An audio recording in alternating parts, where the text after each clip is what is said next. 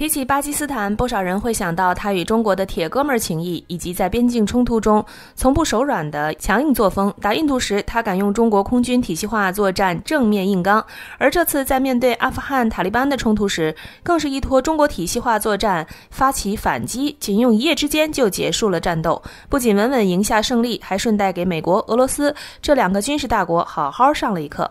大家好，欢迎来到星球热点，国家大事从不缺席，舆论场中抽丝剥茧，聚焦独家中国资讯。点赞、订阅加小铃铛，带你用不一样的视角读懂中国故事。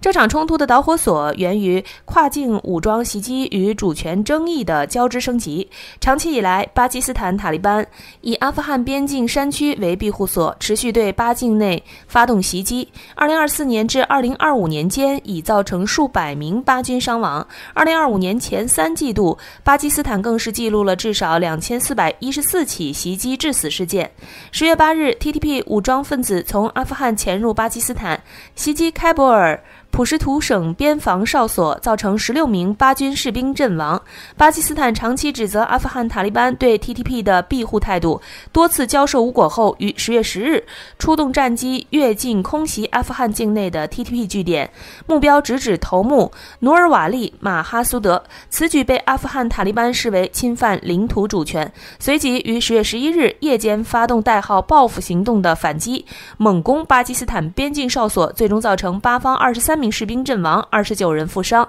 作为一个长期与中国在军事领域开展合作的国家，可以说巴基斯坦的军队已经从双方的联合训练、装备技术交流中积累了大量体系化作战的经验。此次面对塔利班的跨境反击，巴基斯坦就通过一套环环相扣的战术，直接将这种体系化优势转化为了战场胜势。根据公开信息，巴基斯坦的这场反击大致可分为3波。第一波先铺场子，卫星系统、先进电子战设备和空中瞄准系统全部启动。巴基斯坦空军借着这些装备的支持，对塔利班纵深的关键目标发起精确打击，直接把对方的外围防线敲得七零八落。紧接着第2波跟上，翼龙2、彩虹4、Shaper 系列察塔一体无人机集体出动，带着精确制导弹药，在战场指挥系统加持下牢牢掌控战场。这套系统能实时掌握战场动态，发现目标就能立即发起攻击，还能让各部队同步行动，塔利班连反应的时间都没有。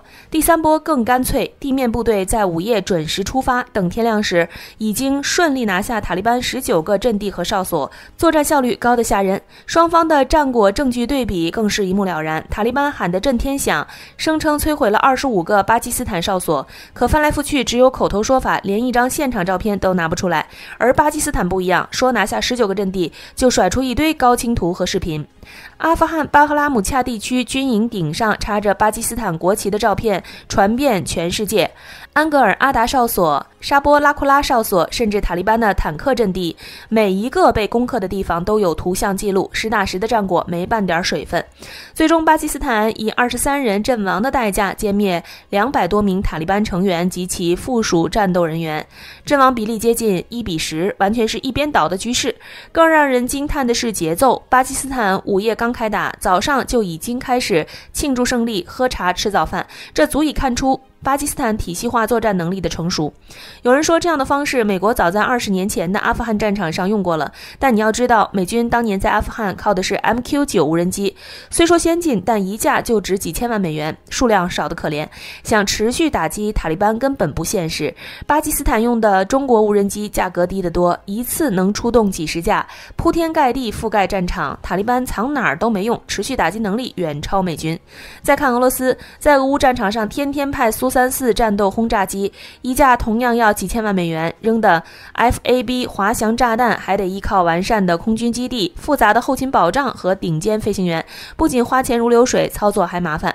而巴基斯坦用中国技术的无人机，成本比俄军低1半都不止，效果却没打折扣，还能长时间在天上巡逻，发现目标马上攻击，压根不用那么多繁琐的保障。所以吧，说到底，现在打仗到最后拼的还是经济账，成本越低，性价比越高，越划算。用最少的钱换最大的战果才是高明的打法。巴基斯坦显然把这套体系的经济学玩明白了。比如这次塔利班出动了一长串美制悍马和装甲车，看着挺唬人，可在巴基斯坦的无人机面前跟活靶子没区别，只能被摁着打。巴基斯坦卫星先给各类武器导航，还帮各兵种传递消息，配合枭龙战机轰炸塔利班的弹药库、后勤基地，先掐断他们的补给线，接着无人机在前线纵深来回扫荡，把哨所里的守军清干净，最后地面突击队上去直接接管阵地，几乎没流血。哪像俄军那样要派摩托车分队冲锋，步兵偷偷摸摸渗透，又麻烦又容易造成伤亡。如今冲突现场早已尘埃落定，但这场一夜之战的影响还在发酵。国际社会里和冲突有地缘利益关系的印度，此前曾高调与阿富汗升级外交关系，提供援助，此时却没了声音。一向爱干预地区事务的美英等国也选择沉默，这种沉默或许不是漠不关心，更像是震惊后的审视。原来现代战争早就不是比谁的武器贵，谁的飞机先进，而是比体系，比费效比。巴基斯坦依托成熟的体系化作战，花小钱办大事儿，既赢了战场又省了钱，这才是现在打仗的精髓。当巴基斯坦的枭龙战机掠过阿富汗边境，投下精准打击的弹药时，你可能想不到，这对曾在90年代并肩战的兄弟会走到今天刀兵相向的地步。比起印巴冲突的常年对峙，阿巴此次决裂更让人唏嘘，它不是宿敌的摩擦，而是昔日盟友的反目，背后还藏着多方势力的暗箱操作。上世纪90年代，塔利班的崛起离不开巴基斯坦的鼎力支持，物资上持续输送，军事上协助训练，外交上站台发声。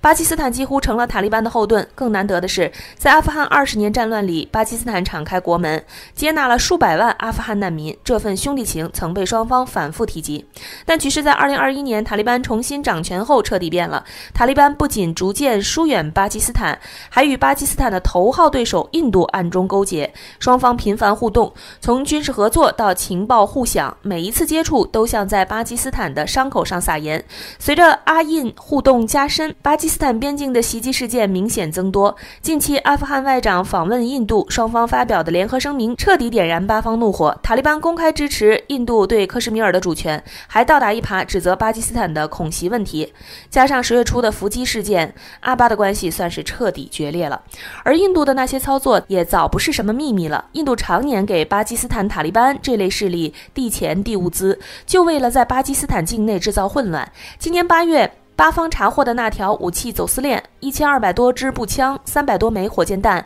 源头一查就指向印度在阿富汗边境部落区的渗透，这一下就把印度以恐治巴的底给揭了。更绝的是，印度一边画着20亿美元的经济大饼，承诺帮阿富汗搞基建，一边又签军事合作协议，帮塔利班训练士兵、升级装备，就是想把塔利班绑在自己这边，削弱巴基斯坦的地区影响力，好让自己在南亚说话更有分量。另外，在此次的冲突中还出现了很有意思的一幕。有消息称，此次巴基斯坦空袭阿富汗，实则是得到了美方的情报支持。虽然巴军方没有正式承认，但不免让人浮想联翩。更有意思的是，巴基斯坦执行任务的枭龙战机和翼龙2无人机全是中国制造的装备。正是基于这一点，外界猜测此次中国是否会介入调停。作为巴基斯坦的铁杆朋友和阿富汗重建的重要参与者，中国在两者间有着深远的影响力。巴基斯坦军队70%的主战装备来自中国，阿富汗塔利班则视中国为经济复苏的关键伙伴。一边是一带一路中巴经济走廊的安危，另一边是阿富汗矿产开发与西部边疆稳定。中国的任何态度都可能牵动全局，但中国始终坚持不干涉内政原则，目前尚未做出表态。不过小编觉得巴基斯坦和阿富汗之间的冲突不会持续很久，阿巴双方很清楚扩大战火对谁都没有好处。而在卡塔尔和沙特斡旋下，阿富汗塔利班已声明停止对巴攻击，但强调保留自卫权。巴基斯坦也明确表示不希望局势升级。这种克制源于现实力量对比，巴基斯坦军力占据绝对优势，但阿富汗地形复杂，民风彪悍，深入作战容易重蹈苏联和美国的覆辙。不过有一点小编可以确定，阿巴边境的炮火或许会停，但地缘裂痕只会越来越深。印度的暗中布局，美国的伺机介入，中国的保持克制，会让南亚局势变得愈发复杂。未来这片土地能否重回稳定，恐怕没人能给出答案。好了，今天的内容到这里就结束了。如果你喜欢小编的影片，还请大家多多点赞转发，让更多的人一起见证中国进步。关注我的频道，这样既能回顾往期视频，又不会错过之后的精彩内容。那我们下期节目不见不散。